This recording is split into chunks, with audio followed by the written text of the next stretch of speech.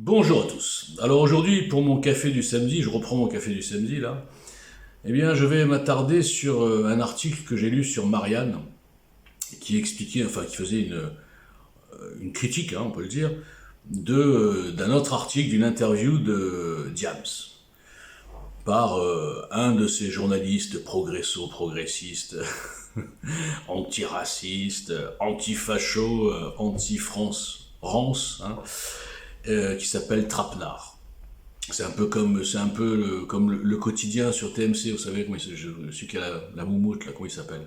Bon bref, ce genre de journaliste, où il y a aussi les journalistes de France Inter, de France Info, de l'Obs, enfin bref, 90% en fait de ces journalistes. Et Marianne, je trouve, a fait un bel article en pointant justement cette espèce de bienveillance. De bienveillance hallucinante, quand on se dit progressiste. Dans le progressisme, il y a le mot progrès. Et on a une espèce, chez ces gens-là, de bienveillance pour des choses, des pratiques religieuses, des impositions, on va dire, des obligations qui sont moyenâgeuses, notamment dans ce qui est de l'égalité homme-femme. Mais au-delà de ça, moi, ce que je vois comme truc positif quand même, c'est que pour moi, Diams, c'est un modèle d'intégration. Je dis bien un modèle d'intégration, un modèle d'assimilation. La vraie assimilation aujourd'hui en France, depuis quelques années, c'est de se convertir à l'islam. Il faut dire la vérité. Dans certains quartiers, les non-musulmans sont tellement minoritaires, en bas des immeubles, etc., qu'à la fin, ils se sentent un petit peu étrangers. Donc ils disent, après tout, voilà, nique ta mère, Allah Akbar, les valeurs, etc. Alors ce sont les mêmes qui boivent de l'alcool, qui traitent les femmes comme des chiennes, qui volent, qui dealent, etc., qui écoutent de la musique. Mais bon, mais les valeurs de l'islam, quand même, oui, c'est la vérité, etc. Donc ils nous font, des fois, j'aime bien les interviews, là, ils font des têtes de sages, oui, de grands frères, vous savez, les grands frères. Et après, vous les lâchez du plateau, ce sont souvent des racailles. Moi, j'ai rien contre les racailles. Je dis simplement que les racailles qui essayent de s'affubler d'une morale religieuse, quelle qu'elle soit, moi, ça me fait rigoler. Donc, pourquoi je dis que c'est un modèle, Diams? Parce qu'elle est allée au bout du concept de la logique. Elle s'est convertie à l'islam et elle a émigré dans un pays islamique. Voilà. Et je trouve ça extraordinaire. Ça s'appelle le respect de la logique. Et moi, j'aime bien ce mot. Et alors, le journaliste essayait à tout prix. Je pense même pas que ce soit elle qui se soit plaint. C'est lui qui dit oui, mais quand même, quand vous avez dit que vous étiez converti à l'islam, quelle violence vous avez subi. Et tout. En fait, il en rajoute le type. C'est un peu la même stratégie. Alors lui, c'est pas clientéliste, lui, c'est idéologique. Mais des partis, notamment la gauche caviar, les associations antiracistes, etc., qui enferment les minorités dans leur minorité, justement, en les faisant passer pour des victimes. Oh là là, les Français fachos, ils sont méchants avec vous, etc. Alors qu'elle, je pense qu'elle a rien dit. Elle a dit juste, je me suis converti, je suis parti dans un pays qui respectait mes convictions religieuses. Et je trouve ça très bien, franchement. Alors, non, moi, ce qui est étonnant aussi, c'est que ce genre de journalistes, ils osent parler de tolérance. Alors, j'adore.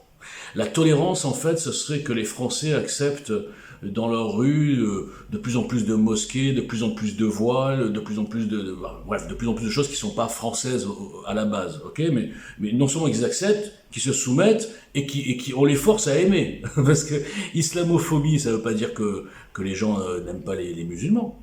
Ça veut dire qu'ils disent c'est cette idéologie religieuse qui a des visées politiques, on le voit tous les jours. Non seulement, il faut dire la vérité, elle crée quand même pas mal de tarés. Je veux dire, les tarés, il y en a tous les jours. Il y en a encore eu un hier. Il a poignardé un type en disant au nom d'Allah. Bon, Allah, il a rien demandé, je suis certain. Moi, j'y connais rien, mais je suis certain qu'Allah n'a pas demandé, je crois pas, qu'on tue un mec au hasard parce que c'est un mécréant. Non. Donc cette religion, malheureusement, et c'est ce que je lui reproche, c'est qu'elle est tellement mal écrite, tellement ambiguë, tellement contradictoire, tellement, je dirais les mots, hypocrite, que finalement, chez les petits cerveaux, chez les faibles, alors c'est une minorité évidemment, ça crée des monstres, ça crée des gens qui croient tuer au nom d'un Dieu. Un Dieu qu'on nous dit par ailleurs, religion d'amour et de paix. Donc où est la cohérence? La cohérence, c'est qu'il y a non seulement une religion qui est mal écrite, qui aurait dû être expurgée de certains passages, qui rendent les gens fous, certains fous, et bien sûr, en parallèle, il y a aussi le travail des influenceurs propagandistes musulmans, qui dédouanent l'islam de tout, toujours, et qui mettent bien sûr, j'en parle souvent, trop souvent d'ailleurs, c'est un peu obsessionnel, il faut que je me calme, sur le dos des juifs par exemple, le Mossad, les Khazars, etc. Donc quand on parle de tolérance, c'est absolument hallucinant que ces gens qui osent nous parler de tolérance et nous traiter, nous, le français globaux, en général, de fachos, de racistes, c'est que jamais ils regardent dans leur propre pays, dans leur pays islamique, leur république, façon de parler, islamique. Est-ce que c'est tolérant? Est-ce que ces pays sont tolérants? Non. Au fur et à mesure, les étrangers sont partis, tellement justement ils n'étaient pas tolérants. Même les Libanais chrétiens qui étaient chez eux, ils sont partis, beaucoup, enfin pas tous heureusement, beaucoup sont partis. Donc où est la tolérance? C'est encore une fois une histoire de monde à l'envers. Moi je ne fais pas de procès en intolérance à l'islam, je suis personne pour le faire, mais qu'on arrête de nous faire à nous, au sens large, des procès d'intolérance. Aucun pays musulman n'accepterait le 10e, le 100e du développement d'une religion importée depuis moins de 100 ans. Hein, je compare ce qui est comparable. Les musulmans sont là depuis combien? 100 ans, à peu près. Bon. Donc, quel pays musulman accepterait de voir ce développement, imaginons des juifs? Oh, je prends l'exemple, non, même, allez, juste des chrétiens, pas exagérer, pas de provocation. Mais quel pays musulman accepterait? Quel pays musulman accepterait qu'une femme, par exemple, se balade en string, j'exagère, dans la rue devant une mosquée? Allez faire ça aux Émirats Arabes Unis ou au Qatar, etc. Finissez en prison. Mais eux sont tolérants, c'est l'amour et la paix, et nous on est les méchants fachos, Rassemblement National, maintenant il y a Reconquête, on est les méchants quoi. On aime juste notre pays, on demande aux gens qu'on accueille de respecter notre pays. C'est pas énorme, hein, je veux dire, c'est pas... Et en plus, ces gens-là ont la chance d'avoir environ 20% de collabos qui, pour des raisons multiples et variées, donc il y a du clientélisme pour les politiciens, et puis je ne sais pas, l'idéologie qui a été bien sûr injectée dès l'université. On voit bien que les universités sont complètement infiltrées par l'idéologie musulmane, qui va bien sûr avec l'antisémitisme, l'anti-Israël, l'antisionisme, etc., qu'on fantasme, enfin, pas qu'on fantasme, qu'on diabolise, hein. On change le sens du mot sionisme, et puis on en fait une idéologie de domination du monde.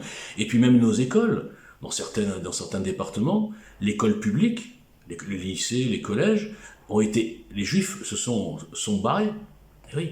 Ça veut dire que les juifs aujourd'hui, beaucoup de familles juives sont obligées de payer l'éducation de leurs enfants dans une république, alors qu'ils payent souvent, j'ose le dire, beaucoup d'impôts.